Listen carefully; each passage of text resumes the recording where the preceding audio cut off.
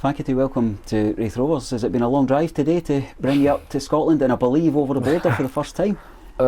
Yeah, it's been the first time I've ever been, but it was I choose not to drive anymore.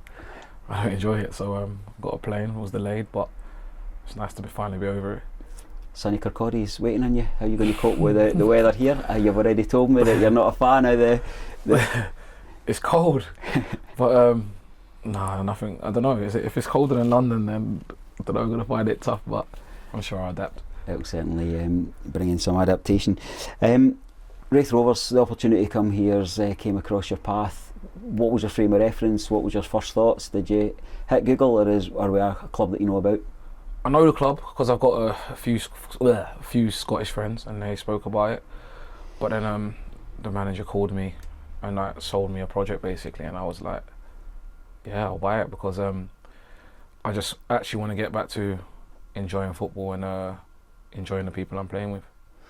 I really like that line that you said, because it's one of the notes I've got, is that we've done a bit of research over the last few days and seeing kind of what kind of character, what kind of player. I really like that line that you just said there, is that you said you're a sucker for potential, a project and for a vision. Is that the mantra that's been sold that's got you up here? Yeah, and the gaffer told me about training and the way he wants to play, which I think suits me. So it was, as people, what is it, the cliche, it's a no-brainer, innit? Yeah, so definitely looking forward to doing it anyway. First interviews always follow a similar pattern, no matter what the club, no matter what the division, no matter what the country. So let's hit the obvious points. Tell us a wee bit about yourself as a player. The fans will go and do their research. You're fullback, primarily, right-sided, playing the left a bit. Just do as I'm told. Good lad. Yeah, so I don't know. It's always that awkward question because I don't want to say something and I don't do it. But no, I like to play with the football, keep good possession.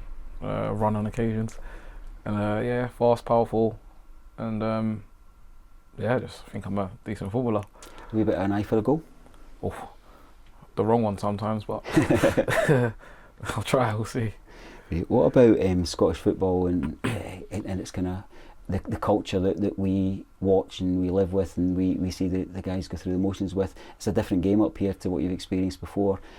Do you think you've got the resilience, the characteristics? Do you watch a bit of Scottish football and see what it's all about? We always see the old firm back in England, so you can see how passionate Scottish fans are, even like when you watch an international game. So, no, I think I definitely got the resilience. I've been through some tough times in life and in football, so yeah, so it's all part and parcel. You say you've been through a lot. I absolutely loathe the kind of well-trodden path and putting questions to players that other people will think, the obvious questions here. We look back in your past experience in football and rather kind of picking over that because your experience is well documented. What I'm interested in is what have you learned from your highs and lows in your career so far?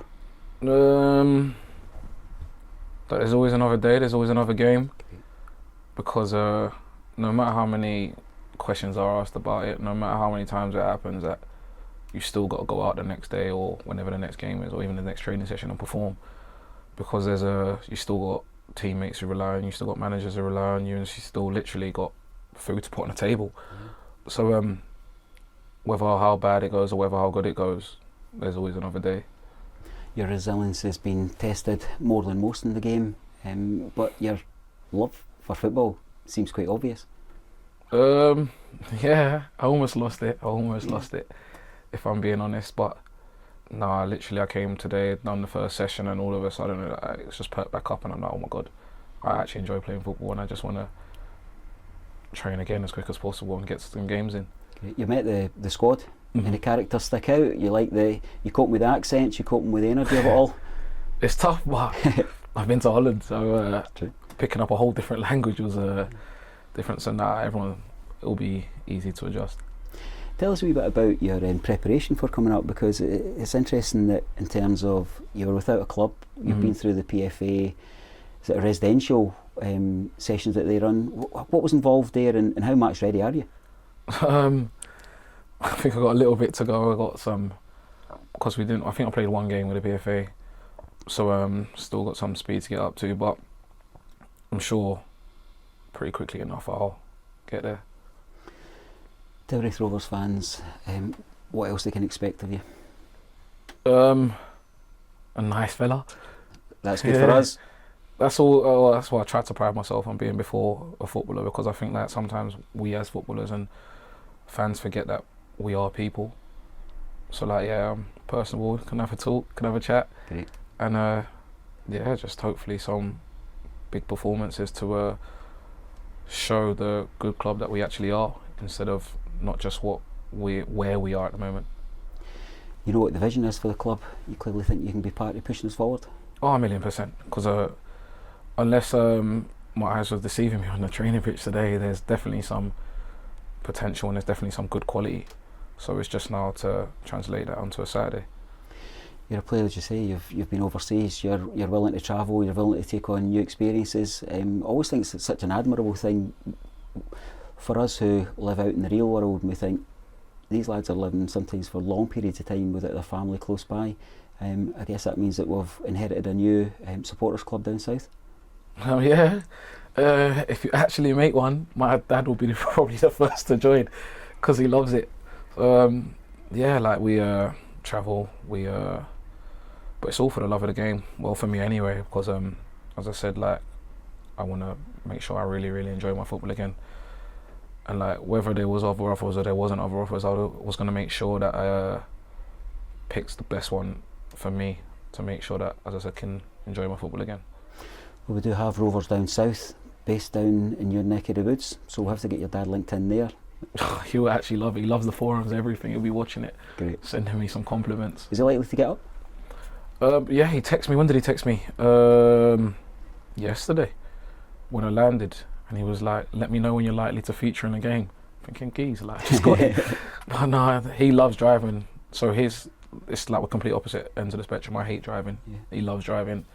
He'll probably leave at 5 a.m. to get here for a 3 o'clock kickoff and then drive back home again. So like, he definitely come up. We'll certainly look after him when he does.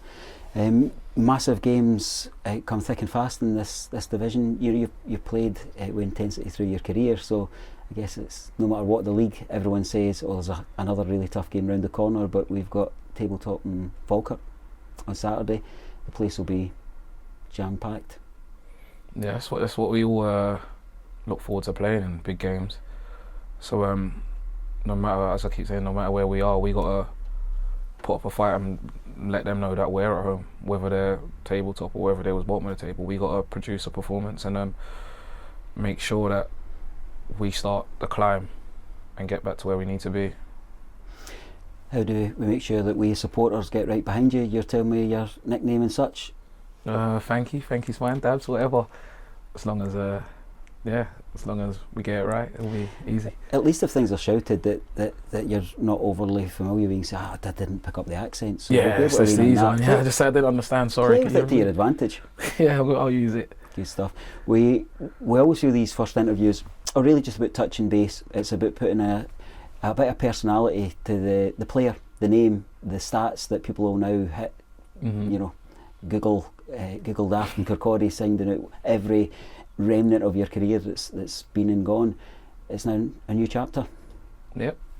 I'm definitely looking forward to it anyway. Yeah, so it's going to be good. We're looking forward to going on that journey with you, and we're looking forward to watching you, but also seeing your family up and widening the Rovers family. Yeah, bring my little boy up. He's going to make a load of noise. He's going to probably want to get on the pitch soon as well, start running clapping the fans.